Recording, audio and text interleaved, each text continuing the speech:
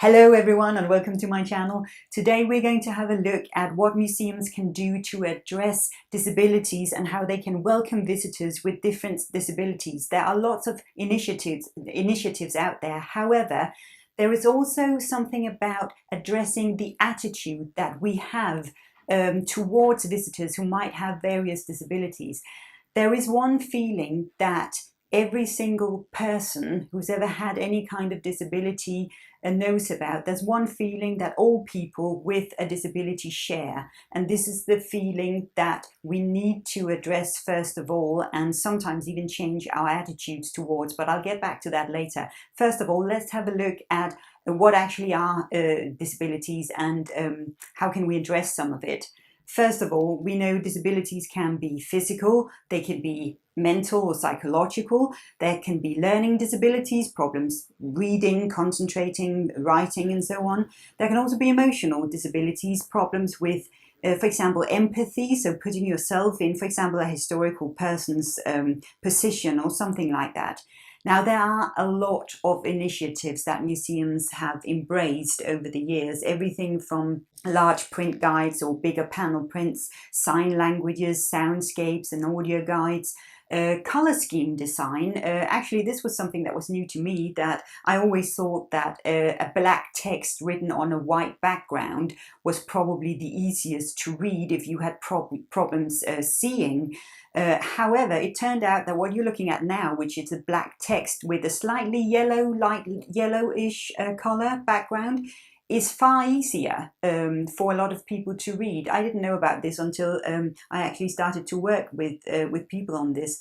And it's one of those tiny little tricks that can be rather good to know about. You can also have wheelchairs available or lots of sitting areas and exhibitions, so provide spaces for people to sit down. Things you can touch and feel, for example, samples of fabric and so on, that can give a good idea about objects as well. You can have opening hours outside normal visiting hours, for example, for people who don't feel very comfortable about being among other people in huge crowds, for example, or who feel a bit intimidated by large spaces and so on. You can have tours with a specific focus, for example, tours where you sit down a lot if you have mobility problems, or focus on hearing, seeing, lots of different things, but tours or storytelling with a very specific focus or a very specific approach in mind. You can also make visitors aware of potential risks. So, for example, if you have a very steep ladder that goes up to an attic or something, make sure that visitors know about this, or if there is a slippery surface or something like that, or if you have a room, for example, an exhibition with very low lux levels, light levels, make sure visitors are aware of these sort of things. There are so many different programs set up around many initiatives here, and some of them are really, really good.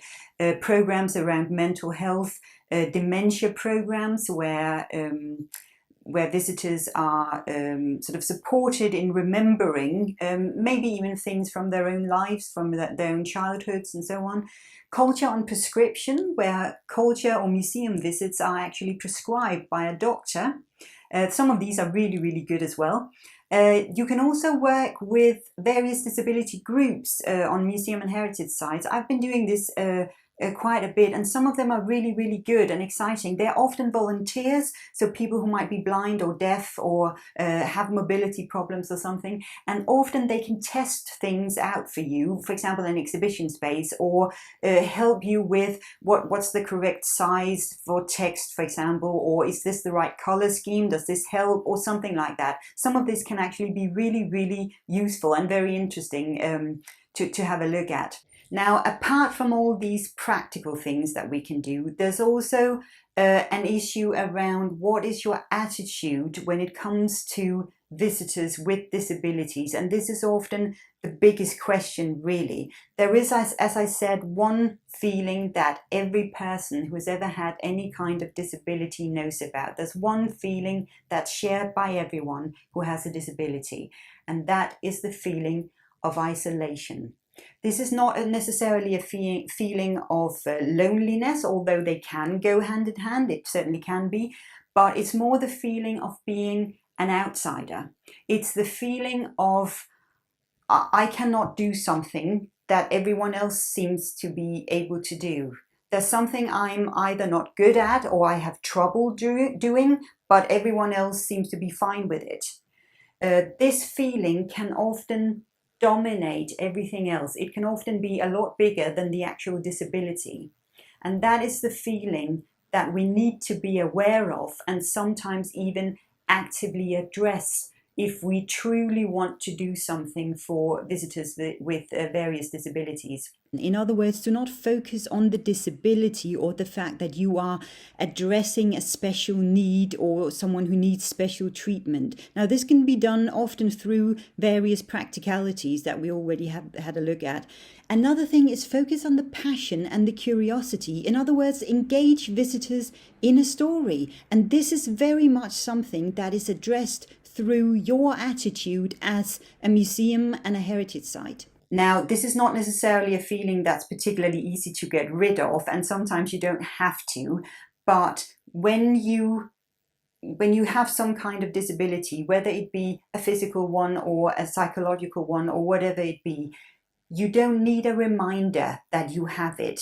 You don't need to be reminded that you're not very good at seeing or hearing, or that I cannot concentrate for very long at the time, or that I keep forgetting things after 2 minutes and I have to ask the same question again and again, because often I have lived with this my entire life, or it's something that has come to me later in life as a diagnosis or an accident or something.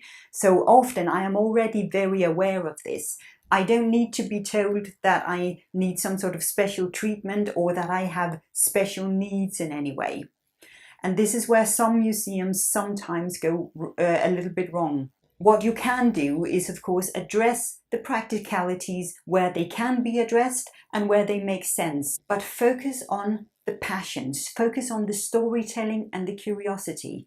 Don't focus on the disability. Make the disability as unimportant as it possibly can be and focus on the passion.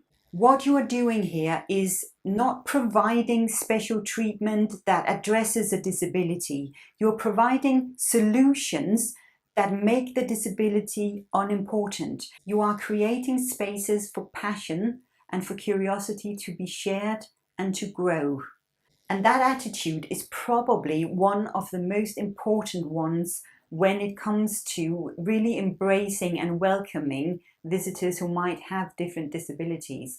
It's really about engagement in storytelling, as it is with all types of visitors. The most important thing is to bring visitors into the story. So be inclusive, be engaging, and embrace the fact that visitors are curious and want to take part in this story.